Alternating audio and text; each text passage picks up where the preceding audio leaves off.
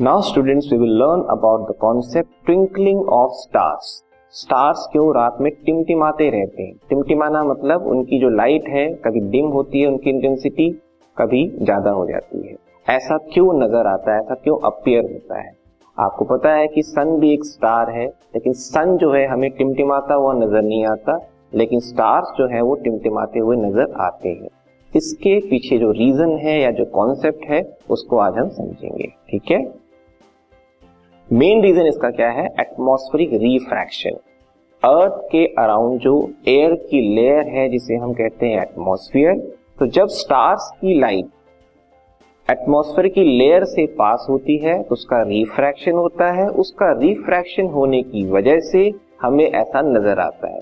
कि ऐसा क्यों नजर आता है उसको हम डिटेल में समझते हैं, ठीक है। The twinkling of star is due to atmospheric refraction of light coming from the star. तो मेनली अगर बोला जाए तो एटमॉस्फेरिक रिफ्रैक्शन की वजह से, लाइट की एटमॉस्फेरिक रिफ्रैक्शन की वजह से जो स्टार्स हैं वो ट्विंकल करते हुए नजर आते हैं। The light on entering the Earth's atmosphere undergoes refraction continuously before it reaches the earth. Atmosphere में भी कई एयर की लेयर्स हैं, उनकी अलग अलग डेंसिटीज हैं। तो जब सन की स्टार की जो लाइट है एटमॉस्फेयर की लेयर से पास होती है तो उसका हर लेयर में रिफ्रैक्शन कंटिन्यूसली होता रहता है, ठीक है। The atmospheric refraction occurs in a medium of gradually changing refractive index. जैसा कि मैंने बताया कि डिफरेंट लेयर्स की डेंसिटी डिफरेंट होती है, इसका मतलब उनका रिफ्रैक्टिव इंडेक्स जो है वो चेंज होता रहता है। तो जो लेयर्स है उससे जब लाइट पास होगी उसका रिफ्रैक्टिव इंडेक्स चेंज होगा। इसका मतलब ये है कि लाइट की जो बेंडिंग होगी या जो रिफ्रैक्शन होगा उसके अकॉर्डिंग ही टेक प्लेस होगा। Since the atmosphere bends starlight towards the normal, the apparent position of the star is slightly different from its actual position.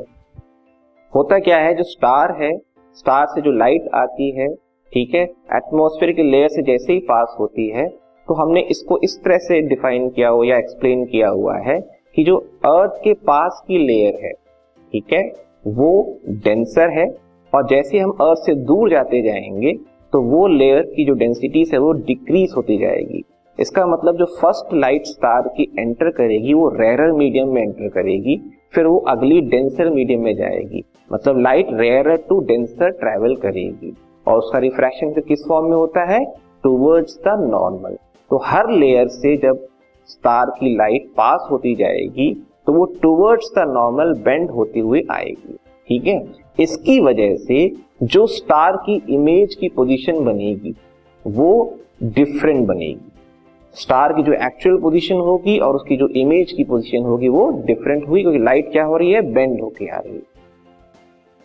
The star appears slightly higher above than its actual position when viewed near the horizon. इसकी वजह से exactly क्या होगा? Star की जो image की position है उससे एक्चुअल पोजीशन से थोड़ी हायर नजर आएगी, ठीक है। Further this apparent position of the star is not stationary. अब स्टार की इमेज हमें नजर आ रही है, ठीक है, ये तो रिफ्रैक्शन की वजह से हुआ, लेकिन ये जो इमेज नजर आ रही है वो उसकी परमानेंट पोजीशन नहीं होगी। ये इमेज की पोजीशन भी फ्लक्चुएट होती रहेगी। रीजन क्या है? एयर की जो लेयर्स हैं उनकी डेंसिटी लगातार डिफरेंट फैक्टर्स की वजह से चेंज होती रहती है। मूवमेंट ऑफ विंड की वजह से, प्रेशर की वजह से एयर की जो डेंसिटीज हैं वो लगातार चेंज होती रहती हैं। इसका मतलब रिफ्रैक्शन के थ्रू जो इमेज बन रही है स्टार की, उस स्टार की इमेज की पोजीशन भी लगातार चेंज होगी, फिक्स नहीं होगी, ठीक है। So it keeps on changing slightly since the physical conditions of the earth atmosphere are not constant. Since the stars are very distant, they approximate point sized sources of light. अब stars की जो position है अर्थ के comparison में वो काफी दूर है, तो स्टार्स काफी बड़े होते हैं, सन से भी बड़े स्टार्स होते हैं, ठीक है, लेकिन उनकी पोजीशन दूर होने की वजह से वो पॉइंट सोर्स की तरह नजर आते हैं, ठीक है। As the path of rays of light coming from the star goes on varying slightly, the apparent position of the star fluctuates and the amount of star light entering the I flickers. अब जो star है उसकी image लगातार उसकी position change हो रही है, fluctuate हो रही है। इसकी वजह से क्या है, उससे जो आने वाली लाइट है उसकी इंटेंसिटी भी कभी घटती या बढ़ती हुई नजर आएगी।